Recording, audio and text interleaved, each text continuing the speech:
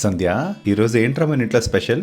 లేత లేత వంకాయలతో అల్లం వంకాయ నా స్టైల్లో చేసి చూపిస్తాను. టేస్ట్ చాలా బాగుంటుందండి. ఈ కర్రీకి లేత వంకాయలు అయితే చాలా టేస్టీగా ఉంటాయండి, గింజ కట్టకుండా. ఇది సాల్ట్ వేసిన వాటర్ అన్ని ఇలా కోసిన తర్వాత ఒక్కసారి పిసికేస్తానండి. ఇవి లేతగానే ఉంటాయి కాయలు, కానీ ఇందులో గింజ కడుతుంది అంతే అనమాట. అంతే. కొంచెం ఆయిల్ వేసుకుందాం, చిటికెడు పసుపు, కొంచెం ఆవాలు, జీలకర్ర, 2 వెల్లుల్లి రెబ్బలు ఇలా కచ్చాపచ్చగా దంచుకుందాం. ఒక 3-4 ఎండుమిరపకాయలు, కొంచెం కరివేపాకు, ఒక మీడియం సైజ్ ఆనియన్ చిన్న ముక్కలుగా తరుక్కున్నాను. సాల్ట్ వేసి కోసుకున్న వంకాయలు కూడా వేసి మీడియం ఫ్లేమ్లో 5 నిమిషాలు మూత పెట్టి మగ్గించుకోవాలి. వంకాయ మగ్గే టైంలో ఒక చిన్న మసాలా అయితే నూరుకోవాలండి. ఇంత అల్లం ముక్క, కారం సరిపడా పచ్చిమిర్చి, కొంచెం కొత్తిమీర. మరీ ముద్దలో ఏం కాదండి, కొంచెం అలా అలా దంచుకోవాలన్నమాట.